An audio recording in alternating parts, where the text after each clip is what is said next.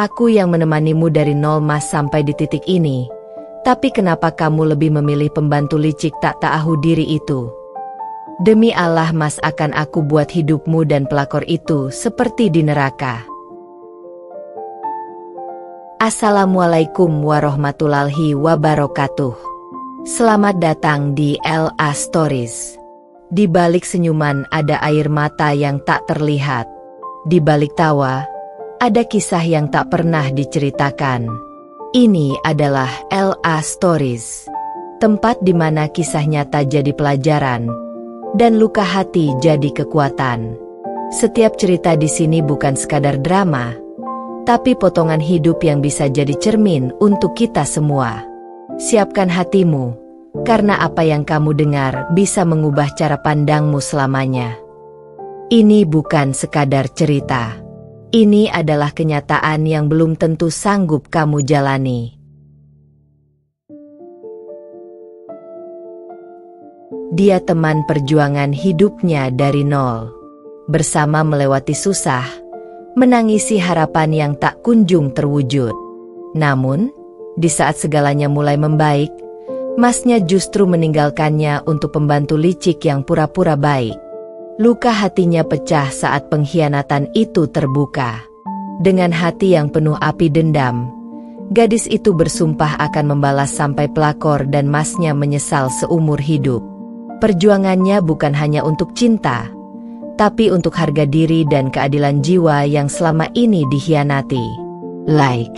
Kalau kamu suka cerita penuh drama dan pembalasan dendam yang bikin greget, jangan lupa like ya. Comment. Pernah nggak sih kamu ngalamin cerita kayak tokoh utama ini? Ceritakan pengalaman kamu di komentar. Subscribe. Jangan lupa subscribe channel ini supaya kamu nggak ketinggalan bab-bab selanjutnya yang penuh dramatis dan pelajaran hidup. Sebelum masuk ke ceritanya, jangan lupa absen dulu Bunda. Bunda semuanya dari daerah mana saja. Dan bagi yang sudah subscriber semoga rezekinya lancar. Aku berdiri di depan cermin usang yang retak di beberapa bagian. Wajahku tampak lelah, kulit kusam, dan mata yang sembab seperti sudah lama tak mengenal tidur nyenyak. Tapi di balik segala peperangan hidup yang aku hadapi, ada satu hal yang tetap menyala dalam dadaku, tekad untuk tidak menyerah. Ini bukan hanya tentang aku, ini tentang perjuangan kami dari nol, dari titik paling bawah, yang tak sedikit pun aku bayangkan akan berakhir seperti ini. Namaku Rania. Aku bukan gadis yang lahir dari keluarga kaya ataupun beruntung. Aku tumbuh di sebuah kampung kecil yang penuh dengan suara-suara sederhana. Anak-anak yang bermain tanah, ibu-ibu yang berseduh teh, dan panggilan keras bapakku yang setiap hari berjuang mencari nafkah. Rumah kami bukan rumah megah, tapi penuh dengan kasih. Meskipun sederhana, aku belajar bahwa hidup itu keras, dan setiap harinya harus diperjuangkan dengan darah dan keringat. Sejak kecil, aku terbiasa membantu bapak dan ibu, menyapu halaman, mencuci piring, atau sekadar menemani adik-adikku belajar walau kami sendiri harus berbagi buku seadanya. Pendidikan adalah harta yang ingin aku raih. Tapi kondisi keluarga kadang membuat aku harus menunda mimpi agar bisa membantu menopang kehidupan sehari-hari. Sampai suatu ketika, Mas hadir dalam hidupku. Dia bukan siapa-siapa, hanya seorang pria yang juga berasal dari nol, sama sepertiku.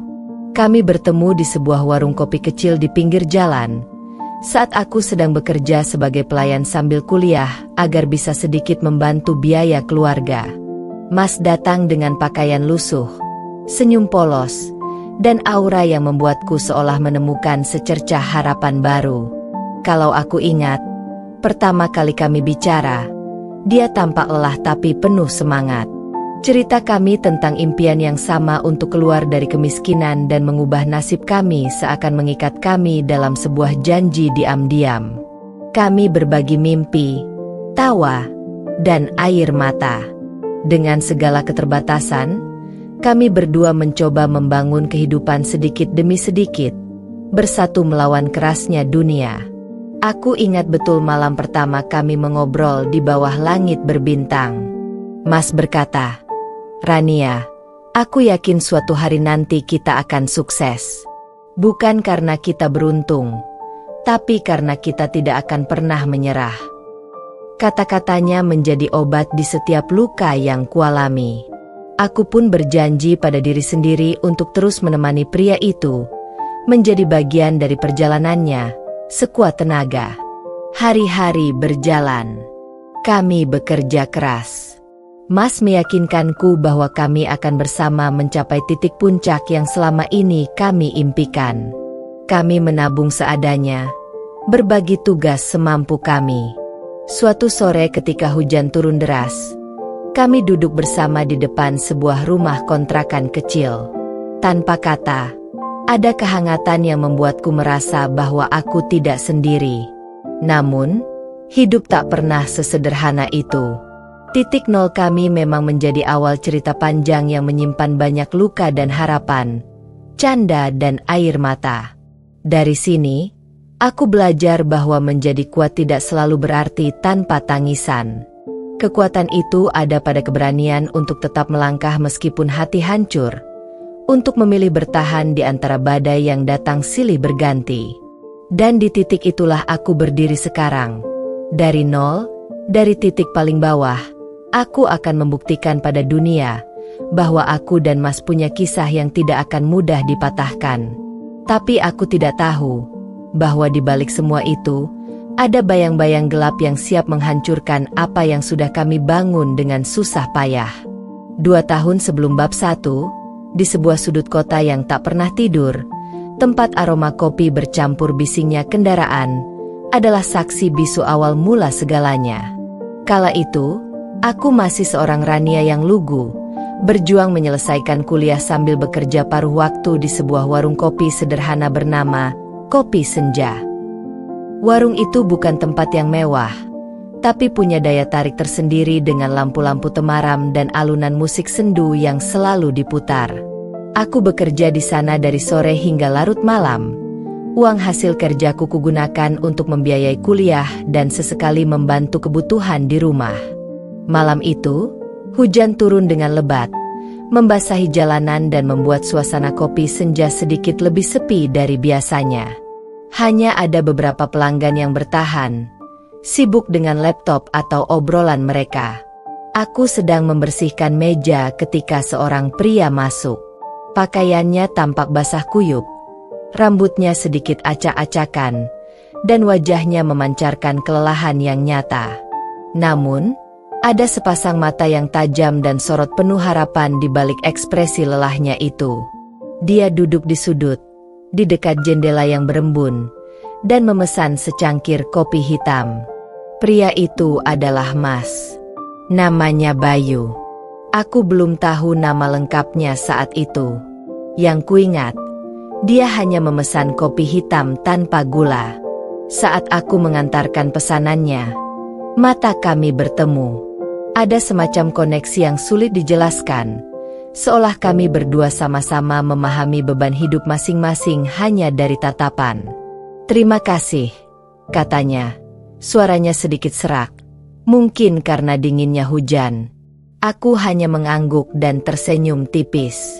Setelah itu, dia selalu datang ke Kopi Senja. Tidak setiap hari, tapi cukup sering.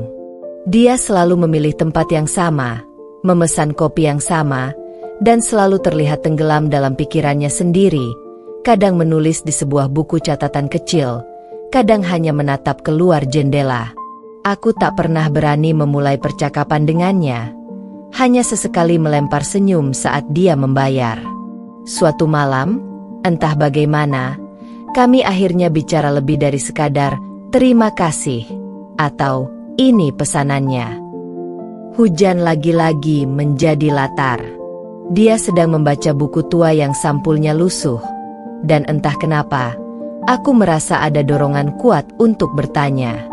"Buku apa yang Mas baca?" tanyaku, agak canggung. Dia mengangkat kepalanya, sedikit terkejut, lalu tersenyum. "Ini buku tentang perjuangan." Tentang bagaimana seseorang bisa bangkit dari keterpurukan. Jawabnya, aku suka kisah-kisah seperti ini. Rania mengingatkanku bahwa hidup itu selalu punya harapan, meskipun kadang terasa berat.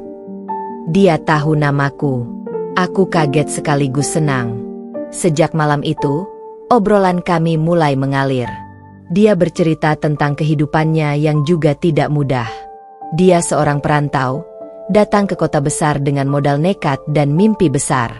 Keluarga di kampung menaruh harapan padanya, dan dia merasa punya tanggung jawab besar untuk sukses.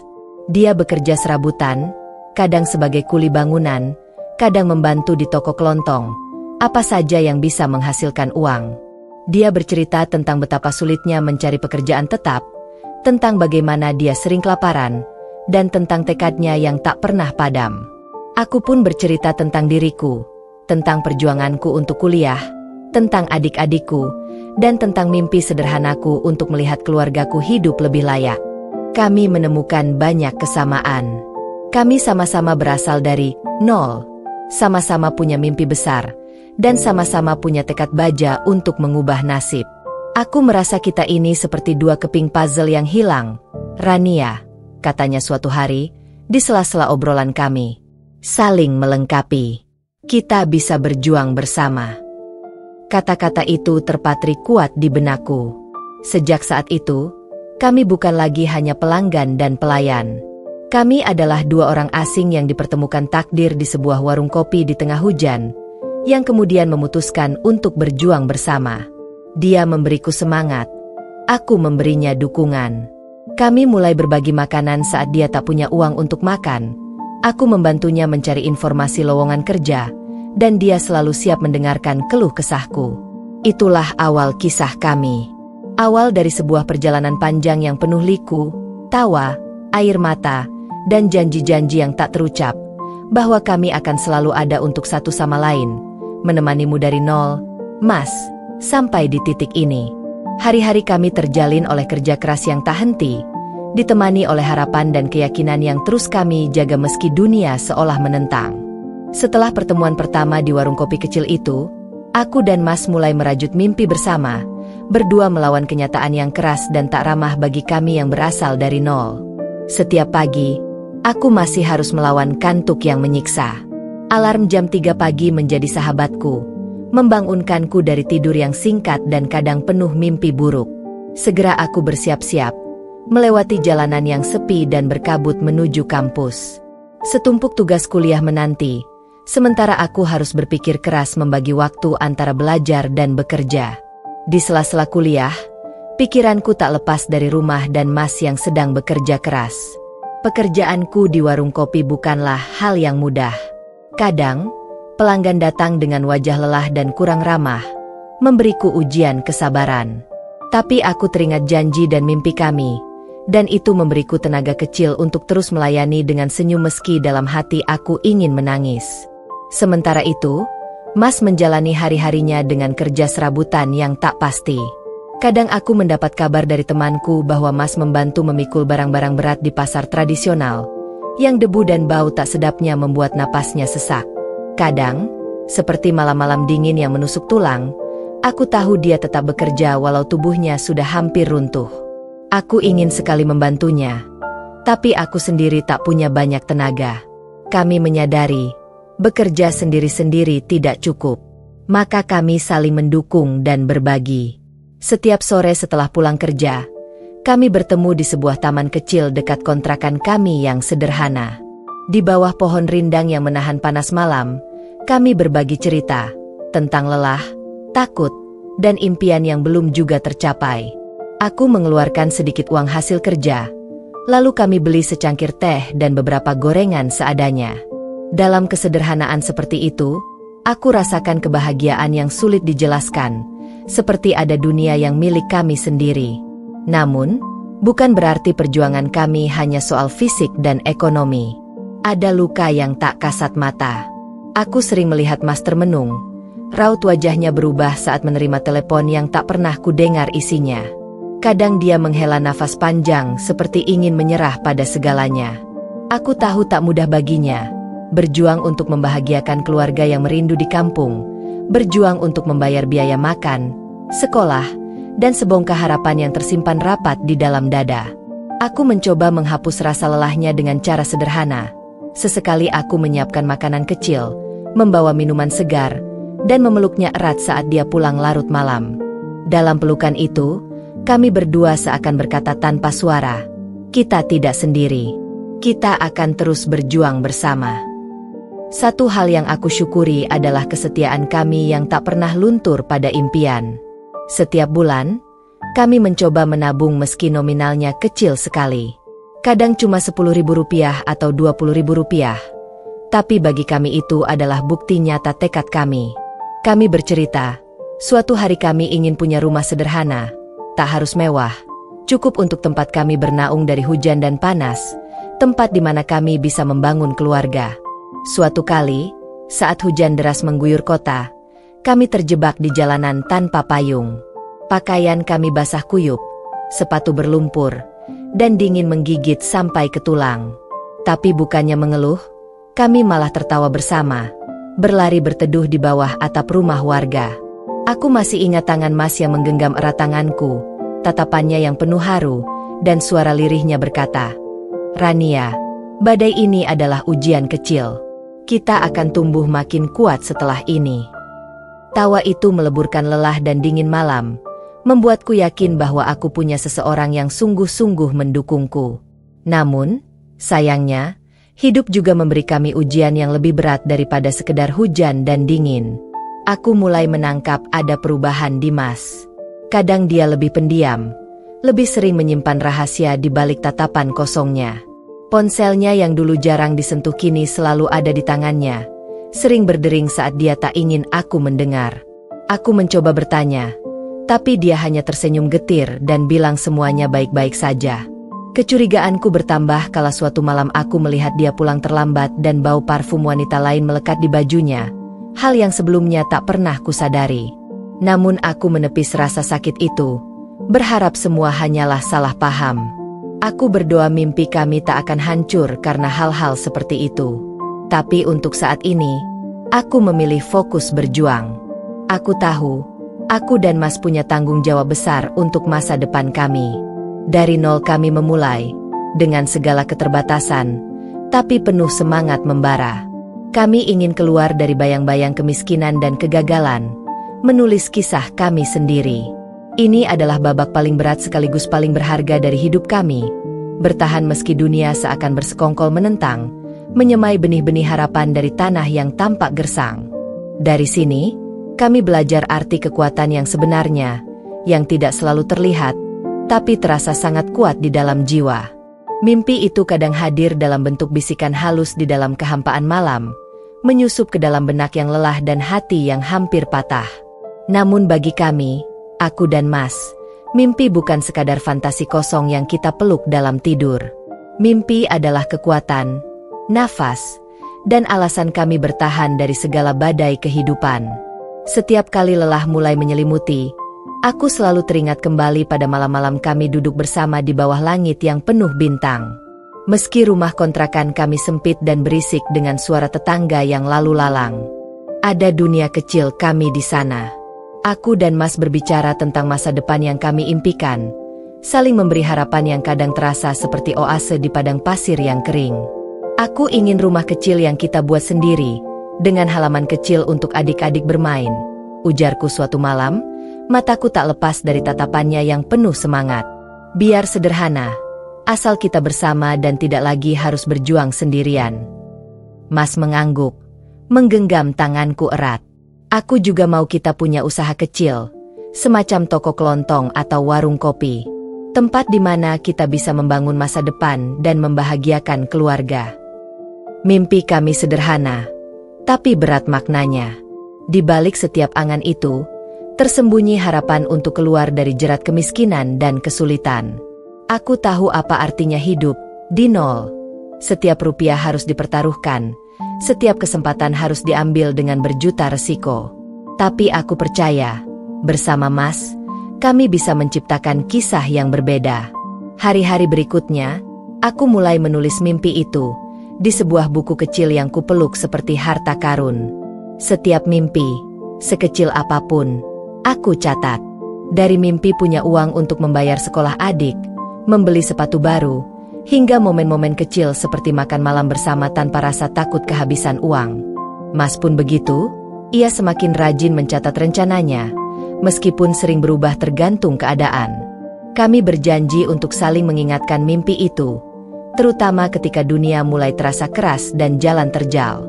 Aku ingat, suatu sore ketika hujan rintik-rintik membasahi jalanan, kami duduk di teras kecil kontrakan. Mas menatap jauh ke cakrawala, berkata lirih, "Kadang aku takut, Rania. Takut kita kalah sebelum bertarung. Tapi aku tak mau gagal untukmu, untuk keluarga kita." Aku membalas tatapannya dengan senyuman. Aku juga takut. Tapi takut bukan alasan untuk berhenti. Kita sudah berjalan sejauh ini, Mas. Mimpi kita terlalu berharga untuk dibiarkan hilang. Mimpi dan harapan itu bukan hanya penghibur, tapi juga bahan bakar perjuangan kami. Kami mulai mencoba hal-hal kecil, menabung, walau hanya sedikit, mencari peluang kerja tambahan, bahkan mengikuti pelatihan keterampilan bersama. Semua kami lakukan dengan tujuan untuk merangkak dari titik terendah menuju masa depan yang kami impikan. Namun, di balik keindahan mimpi itu, aku mulai merasakan getar-getar kegelisahan. Ada rasa takut yang makin membesar di dada, bukan karena kurangnya harapan, tapi karena bayang-bayang ketidakpastian yang mulai menyusup tanpa kami sadari. Kadang, meski kami berdua memegang teguh mimpi, ada bisikan halus yang memperingatkan akan ujian berat kelak. Tetaplah dekat denganku, Rania. Jangan pernah lepaskan tangan ini, bisik Mas suatu malam, saat hujan mengguyur tanpa henti. Kita akan melewati ini bersama, dari nol sampai puncak.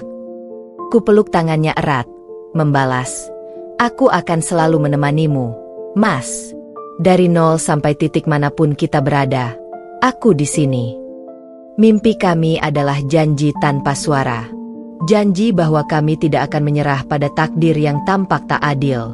Sebuah perjuangan tak hanya untuk hidup yang lebih baik, tapi juga untuk kebahagiaan yang pernah kami pikir mustahil.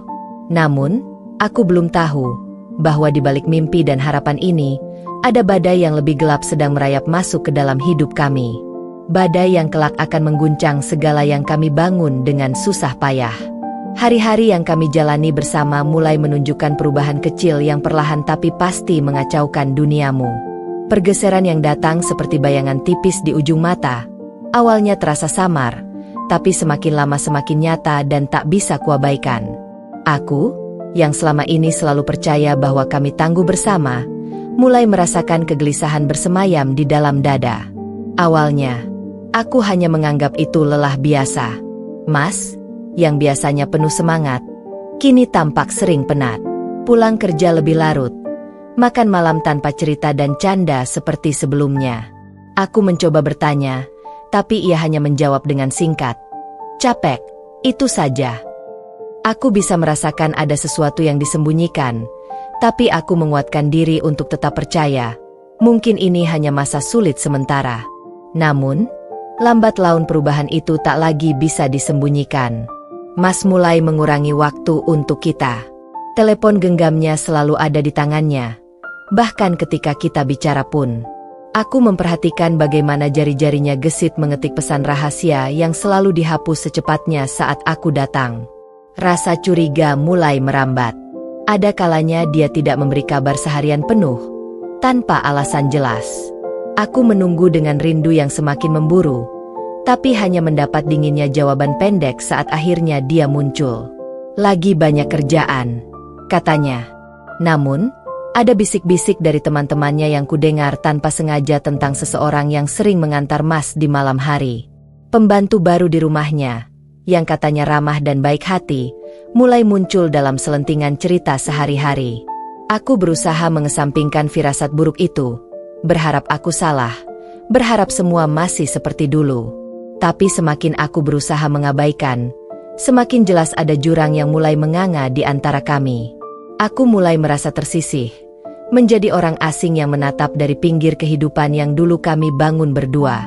Hatiku remuk ketika suatu hari, Mas pulang dengan aroma yang asing menyelimuti bajunya.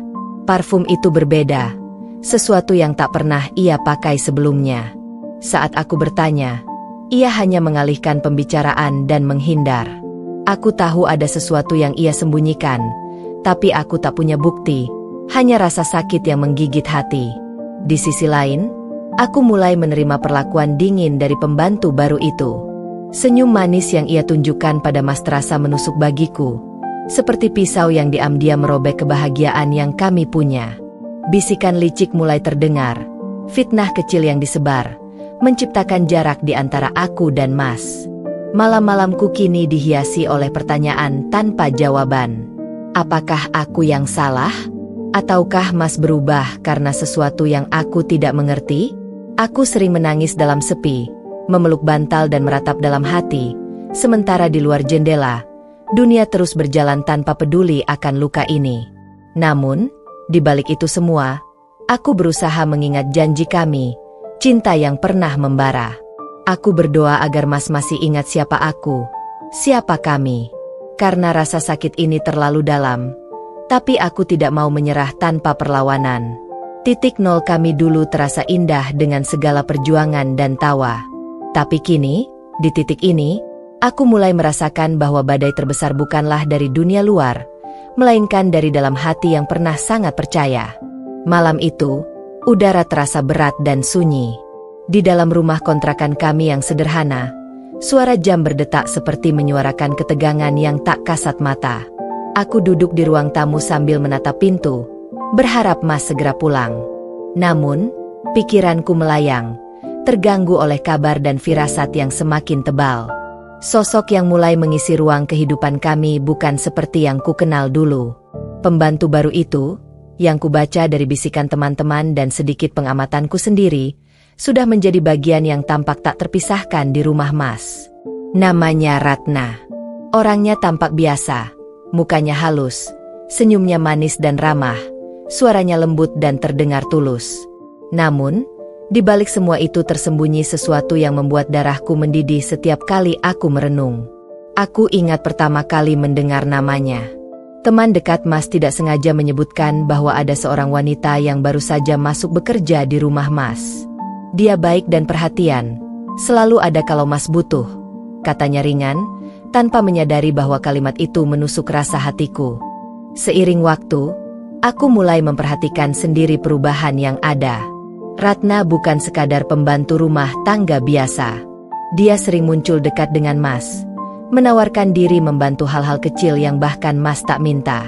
Saat Mas sedang lelah, Ratna ada menghidangkan teh hangat dengan senyum menawan. Ketika Mas pulang larut malam, Ratna yang menyiapkan makan malam, dengan gestur yang akrab dan perhatian berlebihan. Aku tahu dengan jelas, itu bukan perhatian biasa. Di balik itu, aku pernah sekali tanpa sengaja lewat di depan rumah Mas saat dia tak berada di tempat. Aku memperhatikan dari kejauhan, bagaimana Ratna dengan santainya duduk di sofa ruang tamu, sambil menggenggam telepon genggam Mas. Ada sebuah pesan tertulis di layar yang membuat hatiku mencelos. Tapi aku harus mengesampingkan perasaan itu malam itu juga agar tidak hancur. Perilaku Ratna sangat terlatih, bisa memanipulasi situasi dengan senyum dan ucapannya yang manis. Dalam beberapa kali kesempatan, aku mendengar dia bergosip dengan tetangga mengenai aku dan Mas, menyisipkan kalimat yang menjatuhkan nama baikku. Rania itu siapa? Dia cuma teman lama. Kok Mas sudah punya orang lain yang lebih mengerti dia? Begitu katanya dengan suara setengah berbisik, namun aku mendengar jelas. Berulang kali aku mencoba menepis semua kabar itu, menyimpan kecurigaan yang membakar dada dalam diam. Aku tahu, Ratna ingin mengambil alih posisiku, merenggut cinta dan kepercayaan yang selama ini kutitipkan pada Mas. Tapi aku juga tahu, aku tak bisa memerangi kehadirannya hanya dengan kata-kata. Pada suatu sore, aku nekat mendatangi rumah Mas tanpa memberi kabar dulu. Aku ingin melihat sendiri bagaimana kehidupan mereka berdua tanpa hadirkanku.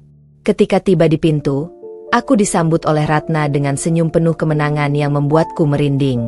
Rania, kok datang? Suaranya terdengar seperti biasa, tapi matanya berbeda. Ada sesuatu yang dingin dan licik yang terselip di balik keramahan itu. Aku berdiri kaku, mencoba menyembunyikan luka yang membeku di dada. Aku cuma ingin tahu bagaimana keadaan Mas, jawabku pelan. Ratna hanya tertawa kecil. Kamu terlalu lama meninggalkan Mas. Dia butuh yang bisa mengerti dia, tidak seperti kamu yang terlalu sibuk dengan mimpi-mimpi kosong itu. Kalimatnya menusuk aku lebih dalam dari pisau tajam. Aku menahan amarah, tapi juga rasa sakit yang tak tertahankan. Sejak saat itu, aku tahu perang ini bukan hanya soal Mas, tapi juga tentang mempertahankan harga diriku. Tolak ukurnya bukan lagi hanya cinta, melainkan keberanian untuk melawan kejahatan yang datang dalam bentuk terselubung, di balik senyum manis dan kata-kata palsu. Ratna, pembantu baru itu, adalah badai yang mulai mengguncang rumah kami yang dulu penuh harapan. Setiap interaksinya dengan Mas semakin menambah jarak dan menciptakan retakan yang terus melebar di antara kami. Aku ingin melawan, tapi rasa takut merantai hati. Apakah aku cukup kuat menghadapi perempuan seperti dia? Apakah Mas akan tetap ingat perjuangan panjang kami? Setiap malam, pertanyaan-pertanyaan ini menghantui tidurku. Sementara di luar sana, Ratna terus menanam benih-benih keretakan tanpa ampun. Aku berdiri di persimpangan ini, antara menyerah atau berjuang lebih keras. Dan aku tahu, saatnya belum tiba untuk aku berhenti. Hari-hari yang berlalu membawa angin perubahan yang tak pernah kubayangkan begitu cepat dan tajam. Mas, yang dulu setia dan penuh semangat, kini berubah menjadi sosok yang berbeda. Aku menatapnya dengan perasaan campur aduk, antara kecewa, sakit, dan kebingungan. Semuanya berjalan perlahan, seolah air yang merembes ke dalam celah-celah batu, menghancurkan kebersamaan kami dari dalam. Pagi itu, sinar matahari menembus jendela kamar kontrakan kami, namun di dalam hatiku terasa dingin dan suram.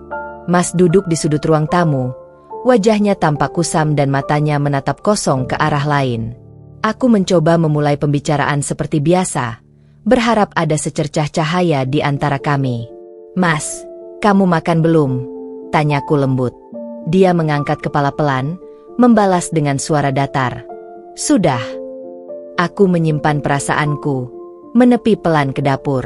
Tapi aku tak bisa menghindari tatapan kosong itu yang menusuk hati. Semua perubahan ini mulai terasa sejak Ratna masuk ke hidupnya, hadir dalam langkah dan senyum yang kini tak lagi murni miliknya. Hari demi hari, aku jadi saksi bagaimana Mas semakin menjauh. Waktu yang dulu selalu dia luangkan untukku, kini berkurang dramatis. Malam-malam di mana kami biasa berbagi cerita dan gelak tawa, kini digantikan oleh keheningan yang sungguh menyiksa. Aku mengingat malam itu dengan jelas. Saat aku pulang dari kerja larut malam, harapanku adalah secangkir teh hangat dan obrolan ringan yang bisa mengusir lelah.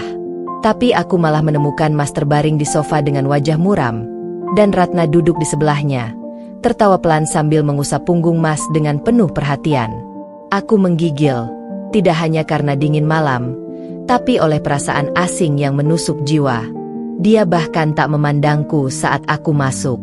Aku capek, katanya singkat, lalu menutup matanya tanpa perkataan lain.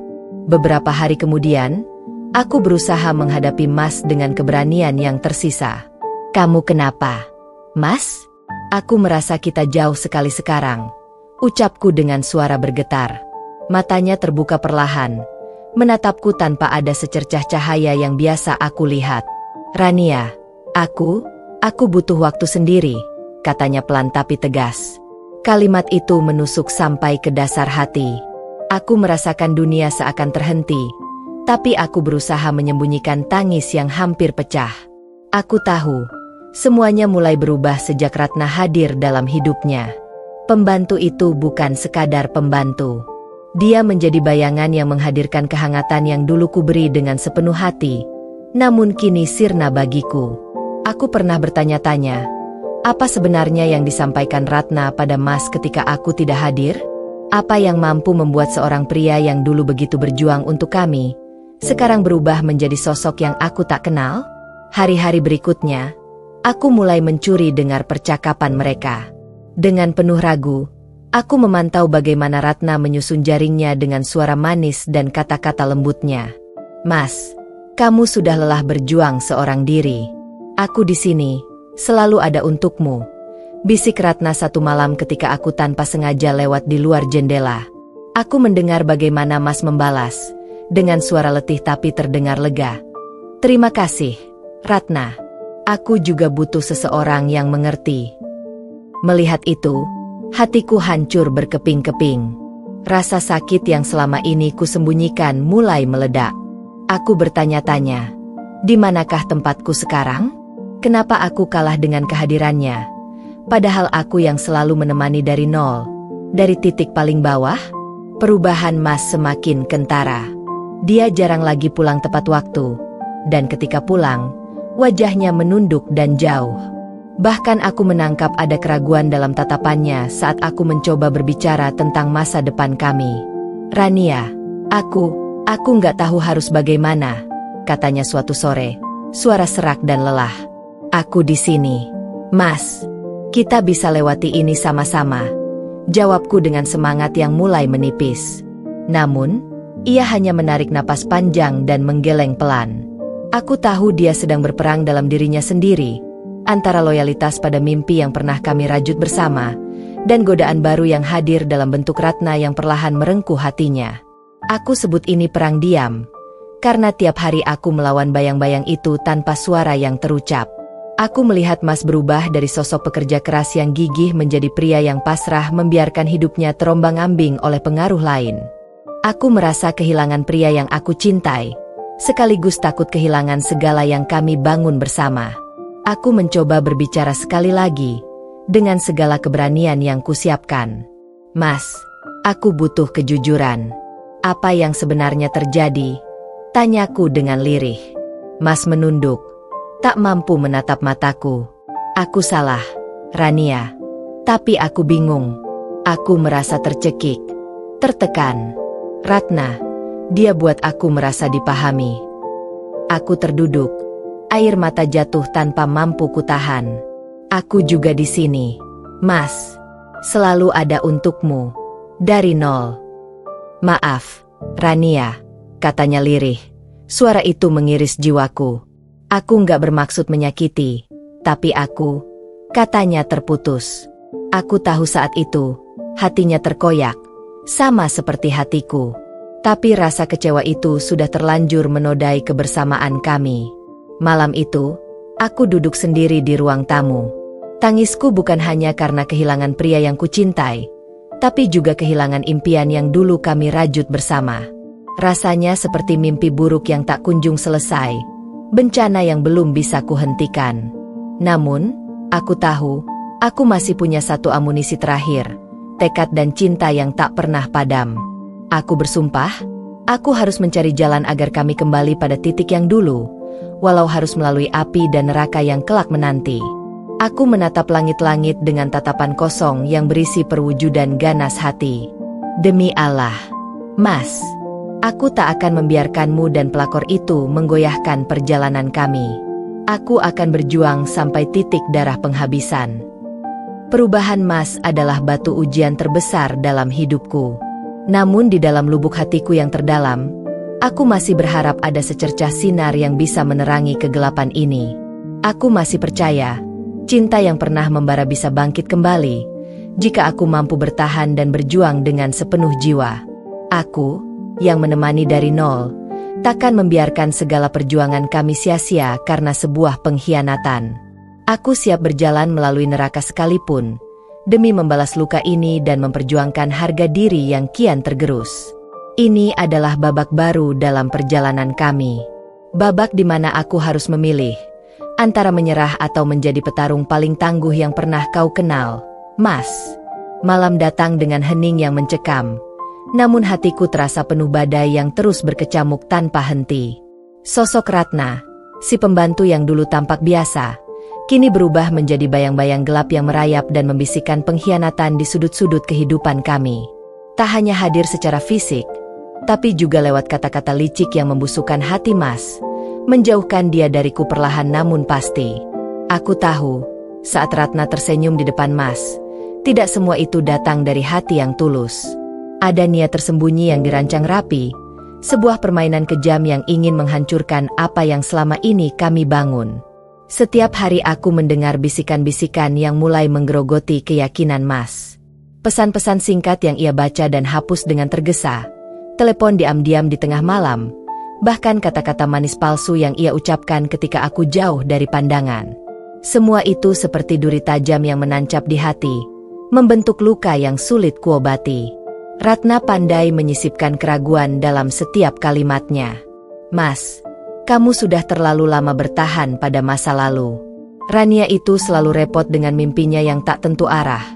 Bisiknya suatu kali ketika aku tak ada di sana. Aku tahu, hal-hal seperti itu masuk ke telinga Mas, mengisi ruang kosong yang mulai membuahkan benih ketidakpercayaan. Dia pun mengikuti bisikan itu, perlahan mempercayai bahwa aku sudah berubah, sudah tak sekuat dulu, sudah tidak mampu menjalani hidup yang berat bersama. Aku pernah menangkap satu percakapan di teleponnya. Suara perempuan lembut tapi penuh tipu daya, berkata, "Mas, jangan terlalu berharap pada yang lalu. Kadang kita harus berani mengambil apa yang membuat kita bahagia, walau itu tampak salah di mata orang lain." Mas hanya diam, suaranya lirih dan galau. Aku bingung, Ratna." Kata-kata itu membuat dadaku tersilu. Aku tahu dia terpancing.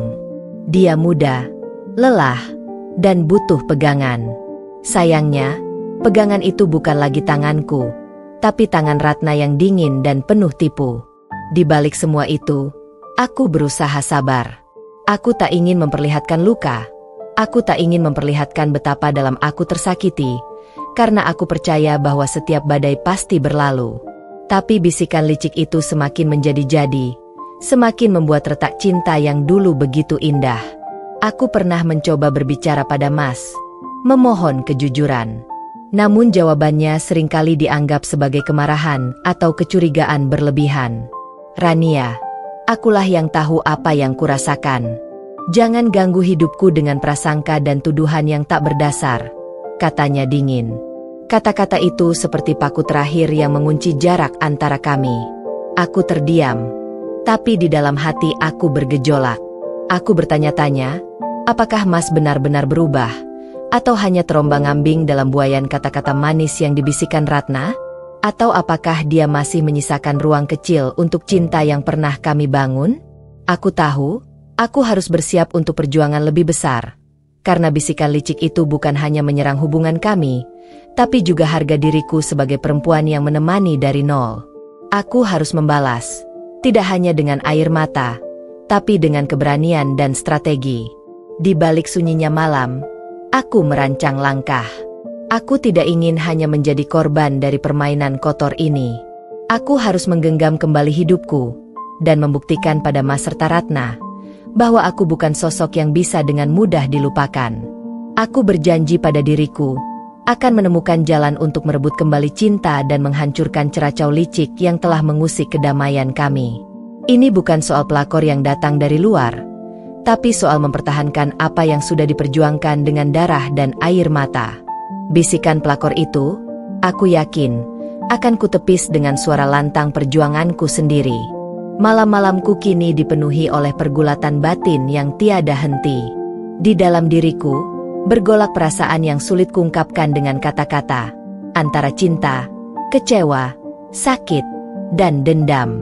Aku berdiri di persimpangan yang paling gelap dalam hidup, antara mempertahankan harapan yang pernah kita rajut dengan Mas, atau menyerah pada kenyataan pahit yang menggerus. Setiap malam, aku terjaga dalam keheningan. Kepala penuh dengan 1000 pertanyaan yang tak kunjung menemukan jawaban. Mengapa Mas berubah demikian? Apa yang membuatnya lebih memilih bayang-bayang Ratna daripada aku yang telah menemani sejak nol? Apakah semua mimpi yang kami bangun bersama hanya sekilas fata morgana? Hatiku remuk, tapi aku masih berusaha mengikat serpihan itu agar tidak berserakan menjadi kepingan putus asa. Aku teringat masa-masa indah yang dulu pernah kulalui bersama Mas. Janji-janji di bawah langit malam, tawa yang tak pernah pupus meski hidup kadang berat, tangan yang erat menggenggam saat dunia terasa melawan. Semua itu kini terasa seperti bayangan yang jauh dan tak dapat kucapai, tergantikan oleh keheningan dingin dan jarak yang kian melebar. Di sela-sela pekerjaanku, pikiranku selalu melayang pada Mas. Aku membayangkan wajahnya yang dulu penuh semangat kini berubah menjadi sosok yang tertutup, terpaku dalam keraguan dan rahasia. Aku merasa seperti sedang diseret oleh arus deras yang membawa kami ke titik yang tidak pernah ingin ku capai. Rasa sakit itu kerap menggelayuti hari-hariku, membuatku jatuh berkali-kali. Aku menangis diam-diam di kamar, memeluk bantal yang seolah menjadi satu-satunya teman yang mengerti. Namun, di dalam tangis itu ada janji yang tak pernah pudar. Aku tak akan menyerah begitu saja. Aku masih punya kamu, Mas, bisikku dalam hati saat malam sunyi. Aku akan berjuang, walau kalian mencoba memisahkan kita. Namun, rasa ragu juga datang menggerogoti keberanianku. Akhir-akhir ini, aku sering mendengar bisikan kecil di dalam pikiran, yang mengatakan bahwa mungkin aku sudah kalah. Bahwa Mas dan Ratna mungkin memang sudah lebih memilih jalan baru tanpa aku. Aku mulai bertanya, apakah aku terlalu naif? Apakah perjuanganku ini hanya sebuah penghamburan waktu dan tenaga? Di tengah konflik batin itu, aku berusaha mencari kekuatan baru. Aku mulai menulis jurnal kecil, menuangkan semua perasaan yang membuncah, dari rasa sakit, amarah, hingga harapan kecil yang masih kupegang erat. Kata-kata itu menjadi pelarian dan penyembuh luka, sekaligus pengingat bahwa aku masih manusia yang punya hak untuk berdiri dan bertarung. Namun, suara hati yang paling jujur tetap datang dari kenangan masa lalu. Aku mengingat bagaimana Mas pernah berkata, "Rania, aku yakin kita bisa melewati ini." Apakah dia masih yakin? Ataukah kata-kata itu kini hanyalah dusta yang melekat di bibirnya? Konflik batinku mencapai puncak saat suatu malam, aku berhadapan langsung dengan Mas. Aku menuntut kejujuran dan kepastian, bukan hanya untuk diriku sendiri, tapi untuk semua perjuangan yang pernah kami jalani bersama.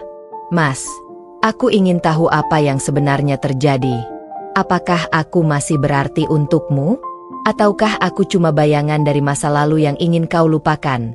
Suaraku gemetar, menembus keheningan ruang yang dingin. Matanya menatapku dengan pandangan yang sulit kubaca. Ada kesakitan, kebingungan, dan sesuatu yang tak ingin dia ungkapkan. Rania, aku tidak tahu bagaimana menjelaskan. Aku merasa terjebak antara keinginan untuk tetap bertahan dan keinginan melarikan diri. Kata-katanya seperti pisau tajam yang menusuk hatiku. Tapi aku tidak mundur. Kita sudah berjalan jauh. Mas, apakah semua itu hilang begitu saja? Senyumnya yang dulu hangat kini berubah menjadi getir. Aku takut. Rania, takut aku tidak cukup kuat untuk mempertahankan semuanya.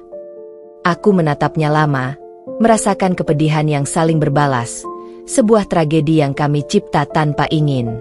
Namun aku tahu, pertarungan kami belum berakhir. Ini adalah saat di mana aku harus menggali semua kekuatan terdalam, menyiapkan strategi untuk menghadapi badai yang semakin mendekat. Aku berdiri di ambang keputusan, memilih untuk tetap bertahan dan berjuang atau melepaskan semua dan membiarkan luka ini menghapus segalanya. Tetapi satu hal yang pasti, aku tidak akan membiarkan penderitaan ini sia-sia. Dendam dan cinta berbaur dalam satu napas. Aku yang menemani dari nol ini akan menjadi pembela terakhir kisah kami. Hari itu terasa berbeda sejak pagi. Udara seperti menekan dada, menebarkan kecemasan yang tak mampu kuungkapkan. Aku berjalan di lorong rumah kontrakan kami dengan langkah yang berat. Pikiran berkecamuk tanpa henti. Ada bisikan demi bisikan rahasia yang mulai terkuak. Realita yang tak lagi bisa kututup dengan harapan dan doa. Puluhan kali aku mencoba menepis rasa curiga yang sudah membesar di dada. Namun akhirnya, semua itu menjadi nyata di depan mataku. Pengkhianatan yang selama ini kusembunyikan dari diriku sendiri, kini terhampar seperti luka yang terbuka lebar. Sore itu, aku memutuskan untuk pergi ke rumah Mas tanpa pemberitahuan. Penuh rasa was-was, aku memanggil namanya dengan suara gemetar saat pintu terbuka. Dari sudut mataku, kulihat Ratna tersenyum manis, tetapi ada kebohongan yang bersembunyi di balik senyum itu. Rasanya seperti saat itu juga aku disambar petir di tengah siang bolong. Mas muncul di ruang tamu, wajahnya tampak kacau dan penuh kebingungan. Matanya menghindari tatapanku, dan seketika aku tahu, ia sudah tidak lagi menjadi pria yang dulu ku kenal dan cintai. Kenapa? Rania? Apa yang kau lakukan di sini? Suaranya terdengar dingin namun campur aduk antara kesal dan takut. Aku butuh jawaban. Mas. Aku lelah menunggu dalam ketidakpastian. Jawabku tegas sambil menahan gemetar. Aku tidak bisa menahan air mata yang mengembang di ujung mata. Kenapa kamu lebih memilih dia? Pembantu licik itu? Kenapa kamu membiarkan hatimu beralih ke wanita seperti dia? Mas terdiam. Napasnya terputus-putus. Dan akhirnya ia bersuara dengan suara berat yang dipenuhi rasa bersalah. Aku nggak tahu harus bagaimana. Rania, rasanya semua jadi kacau. Di belakang Mas, Ratna berdiri dengan senyum puas yang menusuk hati. Tatapannya dingin namun penuh kemenangan, seperti mengetahui bahwa ia telah merebut apa yang bukan haknya. Aku melihat bagaimana mereka berdua saling bertukar pandang, sebuah bahasa tanpa kata yang membuat darahku mendidih. Aku menatap mereka berdua, hati pecah berkeping-keping. Semua cerita, semua perjuangan yang kita lalui bersama selama ini seakan dilenyapkan begitu saja oleh pengkhianatan ini. Rasa sakit yang tak tertahankan menusuk tulang, membuat dunia seolah runtuh di bawah kakiku. Aku menemanimu dari nol, Mas. Suaraku pecah. Kau tahu bagaimana aku berjuang, bagaimana aku bertahan demi kita. Tapi kamu memilih dia? Pembantu yang tak tahu diri itu? Demi Allah, aku akan buat hidupmu dan hidup pelakor itu seperti neraka. Aku tidak peduli kalau air mataku jatuh bercucuran. Aku teriak pada semua yang ada dalam dada ini. Kemarahan yang lama terpendam meledak menjadi kobaran api yang membakar segala kepercayaan dan cinta. Mas hanya bisa diam. Wajahnya terlihat remuk. Tapi aku tahu kegagalannya sudah terlanjur menghancurkan segalanya. Ratna berjalan mendekat, membisikkan sesuatu di telinga Mas. Bisikan yang membuatku muak dan merasa dikhianati lebih dalam lagi. Saat itu, aku sadar bahwa luka ini bukan hanya soal kehilangan cinta, tapi tentang keberanian dan harga diri. Aku tidak akan membiarkan diriku menjadi korban yang diam dalam kehancuran. Aku harus bangkit, berjuang melawan pengkhianatan ini dengan segala cara yang aku punya. Kehancuran hari itu menjadi titik balik, awal dari perang batin dan perjuangan yang lebih kejam dari apapun yang pernah kuhadapi sebelumnya. Aku bersumpah, demi Allah, aku akan membuat mereka merasakan neraka yang sama seperti yang kau buat dalam hatiku. Mas, air mataku mengering, tapi api kemarahan dan tekadku semakin membara. Aku yang menemani dari nol ini, takkan membiarkan diriku dan kisah kami berakhir dengan pengkhianatan dan kebohongan. Hari-hari setelah pengkhianatan itu seperti neraka yang membakar seluruh jiwa dan ragaku. Aku merasa dunia runtuh dengan amat dahsyat, bukan hanya karena patah hati, tapi karena pengkhianatan yang datang dari seseorang yang aku percaya dan cintai sepenuh hati. Setiap detik terasa seperti pisau yang mengiris, menggali luka di kedalaman yang tak terbayangkan. Aku yang dulu selalu kuat, kini berubah menjadi sosok yang terpaku dalam kesedihan.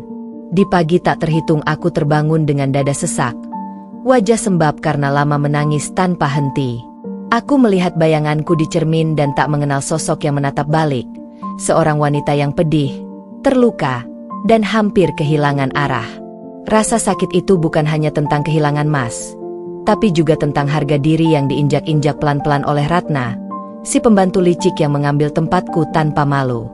Aku menelan segala kebohongan, semua kata-kata manisnya yang memancing kasih sayang Mas, dan aku tahu aku harus bangkit dari reruntuhan itu. Namun, di dalam lubuk hati yang terdalam, ada api yang belum padam, api dendam yang membakar kehancuran menjadi tekad. Aku bersumpah pada diri sendiri, bahwa luka ini tidak akan membunuhku. Justru, luka ini akan menjadi sumber kekuatanku. Aku akan tunjukkan bahwa aku bukan wanita yang mudah dilupakan. Dan aku akan balas pengkhianatan ini dengan cara yang tak terduga. Aku mulai merancang rencana. Membuka mata seluas-luasnya, mengumpulkan bukti-bukti, dan mencari cara untuk mengungkap segala tipu daya yang telah menghancurkan hidupku. Aku tidak akan membiarkan mereka terus menikmati kemenangan sebuah kebohongan. Malam-malamku kini bukan hanya diisi dengan air mata, tapi juga dengan tekad dan strategi yang kuasah perlahan. Aku tahu, pertarungan ini tidak mudah. Aku membutuhkan kekuatan lebih dari sekadar amarah. Aku butuh akal, keberanian, dan dukungan. Aku membuka lembaran baru. Lembaran perjuangan bukan sekadar untuk cinta yang hilang, tapi juga untuk kehormatan dan keadilan yang selama ini aku hindari. Aku tidak akan menjadi korban dari pengkhianatan. Terkadang, aku duduk di sudut kamar kontrakan kami, memegang foto kami berdua di masa lalu. Senyum bahagia yang dulu terpancar seakan menjadi cambuk yang menyadarkanku bahwa aku tak bisa tenggelam selamanya dalam kesedihan. Aku menemanimu dari nol, Mas. Aku berbisik pada bayangan itu. Dan demi Allah, aku akan buatmu dan pembantu itu menyesal seumur hidup. Luka mendalam ini adalah awal dari perjalanan panjang yang akan membawa aku bukan hanya pada balas dendam, tapi juga pada pembebasan diri, dari pengkhianatan, dari rasa sakit, dan dari masa lalu yang membelenggu. Aku siap melewati neraka dengan segala aral. Karena aku tahu, hanya dengan melewati api yang paling panas, aku bisa menjadi wanita yang lebih kuat dari sebelumnya. Patah hati yang membekas dalam jiwa tidak lagi menjadi beban yang melumpuhkan. Aku, Rania, yang selama ini menjadi korban pengkhianatan, kini membuka lembaran baru dalam hidupku, lembaran yang kutulis dengan tinta tekad dan api keberanian.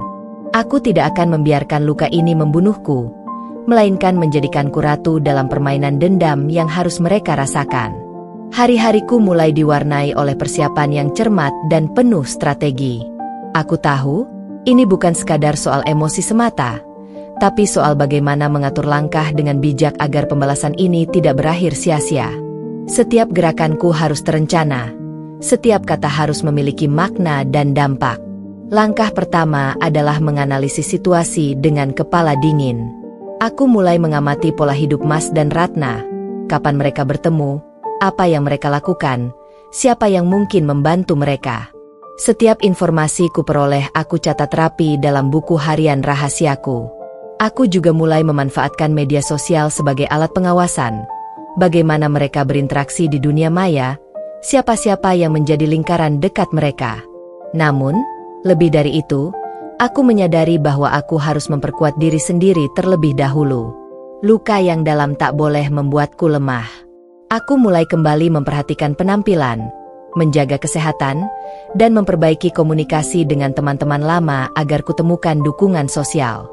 Dalam diam, aku membangun kembali citra diriku bukan sebagai korban, melainkan sebagai wanita yang siap menuntut keadilan. Di waktu yang sama, aku berusaha keras mengumpulkan bukti-bukti nyata atas pengkhianatan dan tipu daya Ratna. Surat-surat, pesan-pesan yang tersembunyi, rekaman suara, apapun yang bisa membongkar topeng kebohongan itu. Aku mencari saksi yang bisa bicara jujur, orang-orang yang pernah melihat dan mengetahui gelagat pelakor di balik layar. Tidak mudah rasanya melawan dalam diam. Ada kalanya aku merasa lelah, ingin menyerah pada rasa sakit yang terus menggores hati. Tapi aku ingat janji suci yang pernah kuucapkan. Demi Allah, aku akan buat hidupmu dan pelakor itu seperti di neraka. Sumpah itu mengalir dalam darahku, membakar semangat agar aku bertahan dan melawan. Aku juga menyusun rencana untuk memperlihatkan sisi buruk Ratna ke mata Mas dan orang-orang terdekat mereka. Aku tahu, pengkhianatan ini bukan hanya soal cinta, tapi soal reputasi yang harus dilindungi. Aku ingin Ratna merasakan kacaunya hidupnya saat kedoknya tersingkap. Namun aku juga sadar, pembalasan tidak boleh mengorbankan integritasku sendiri. Aku memilih cara-cara yang elegan dan cerdas, bukan dengan emosi buta yang bisa membuatku jatuh ke jurang kehancuran. Aku mulai merangkai setiap langkah seperti pemain catur yang memikirkan 5 langkah ke depan. Pernah suatu malam, saat aku duduk di teras kontrakan kecilku, aku menatap langit yang gelap berhiaskan bintang. Aku merasakan dingin yang menusuk, tapi juga kehangatan yang datang dari dalam. Aku mengambil nafas panjang dan berbisik, "Ini bukan hanya tentangmu, Mas. Ini tentang aku, tentang harga diriku, tentang siapa aku sesungguhnya. Dengan keteguhan itu, aku memulai fase baru dalam hidupku. Pembalasan yang penuh perhitungan dan keberanian, bukan dendam yang membabi buta. Aku merinding membayangkan bagaimana mereka akan terkejut ketika aku mulai menggerakkan langkah demi langkah. Aku yang dulu dianggap lemah, kini berdiri lebih kuat, lebih siap, dan lebih berbahaya. Sebuah perjalanan panjang menanti, perjalanan yang akan membawa konflik ke puncaknya dan menguji batas kesetiaanku pada mimpi dan diriku sendiri. Pagi yang sunyi menemani langkahku menuju sebuah lembaran baru dalam hidup. Ketika air mata mulai mengering, dan luka yang membara mulai mereda menjadi bara yang siap membakar, aku tahu bahwa kini saatnya aku berani bertindak. Tidak lagi sebagai korban, tapi sebagai pejuang yang telah menempa dirinya dalam api pengkhianatan. Setelah berhari-hari menyimpan amarah dan kekecewaan dalam diam, aku duduk di pojok kamar kontrakan kami, membawa buku catatan tipisku, pena yang hampir habis tinta, dan secangkir kopi hitam yang membantu mengusir kantuk. Di depanku, terbentang daftar panjang hal-hal yang harus kulakukan, persoalan yang harus kunavigasi, dan kelemahan yang harus kutemukan dalam kehidupan Mas dan Ratna. Langkah awal adalah mengenal medan perang dengan seksama. Aku mulai menyusun profil Mas secara mendalam, mencoba memahami perilaku barunya, apa yang membuatnya tergoda, apa yang membuatnya ragu, dan bagaimana racun tipu daya Ratna meresap ke dalam setiap sudut kehidupannya. Aku tahu, untuk melawan seseorang yang sudah terbangun kedekatan palsu, aku harus punya bukti nyata dan strategi psikologis yang matang. Di buku itu, aku menulis observasi perilaku Mas, jam pulang, kontak dengan Ratna, sosok yang sering berinteraksi, jaringan sosial mereka, siapa teman dekat Ratna, siapa yang mungkin menjadi kaki tangan, dan siapa yang bisa aku ajak bekerja sama. Titik lemah Ratna, gosip, sikap aslinya yang mungkin pernah terlihat oleh tetangga atau keluarga, rahasia kelam yang bisa kupakai. Lalu aku mulai membuat draft rencana pembalasan, bukan sekadar emosi, tapi langkah terstruktur. 1. Mengumpulkan informasi dan bukti. Aku harus mengumpulkan segala bukti perselingkuhan dan manipulasi yang selama ini tersembunyi rapat.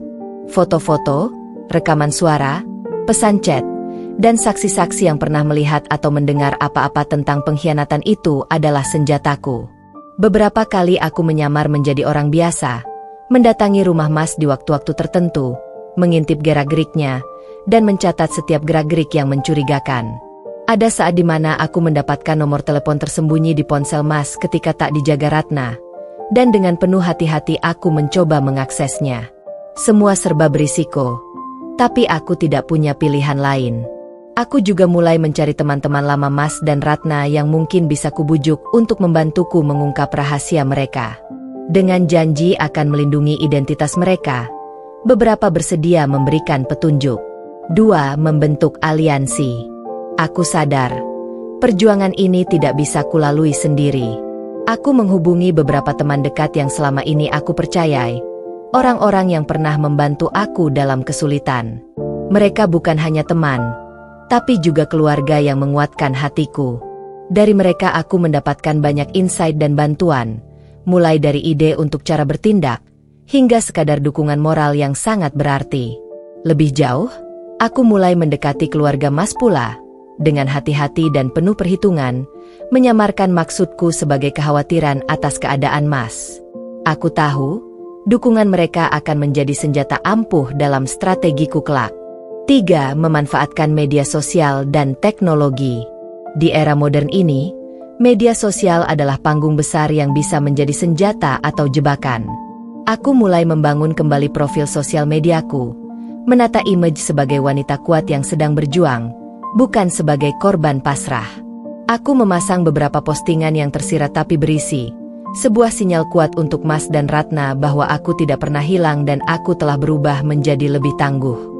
Lewat media sosial juga, aku menyebarkan informasi secara selektif melalui akun anonim, mulai membuka tabir kebohongan Ratna secara perlahan kepada orang-orang terdekatnya. Aku pun mengumpulkan bukti percakapan dan foto yang akan menjadi saksi ketika saat pembalasan tiba. 4. Merancang konfrontasi terencana. Aku tahu, Saat yang kuinginkan bukanlah bentrokan emosional yang berujung kekacauan. Aku harus menjadikan konfrontasinya sebagai momen kunci yang memperlihatkan terang dan gelap dengan jelas. Itu artinya aku harus menyiapkan segalanya matang, waktu yang tepat, saksi yang banyak, bukti lengkap, dan mental yang tak goyah. Rencana ini kupersiapkan dengan teliti, mengantisipasi segala kemungkinan yang bisa saja terjadi. Aku membuat skenario bagaimana mengungkap kebohongan Ratna dan membuka mata Mas akan kebenaran yang ia tolak selama ini. 5. Menjaga kesehatan dan emosi. Selain soal strategi di luar, aku tahu betul perang ini akan menguras tenaga dan pikiran. Oleh karena itu, aku mulai memperbaiki pola makan, istirahat cukup, dan rutin berolahraga ringan agar stamina tetap terjaga. Aku juga melakukan meditasi sederhana dan menulis jurnal agar emosiku tidak meledak-ledak. Aku tahu kalau aku lemah secara fisik dan mental, strategi cerdas sekalipun akan sulit berhasil. Konflik batin di balik strategi. Di balik semua rencana dingin yang kugodok, ada pergulatan batin yang tak pernah berhenti. Aku bertanya pada diriku sendiri, apakah ini yang diinginkan hatiku? Apakah pembalasan ini hanya akan membuat luka semakin dalam? Aku bimbang antara ingin memaafkan dan melupakan, atau membalas dengan cara yang keras. Namun satu hal yang pasti, aku takkan membiarkan pengkhianatan ini berlalu tanpa hukuman. Aku teringat kata-kata dalam doa, "Ya Allah, kuatkan aku dalam menghadapi ujian MU, berikan aku jalan yang benar untuk membela diriku dan keadilan." Menutup babak dan membuka peluang. Di ujung hari, aku menutup bukuku dan bermimpi tentang sebuah hari ketika cinta yang pernah pecah bisa diobati, namun keadilan harus didahulukan.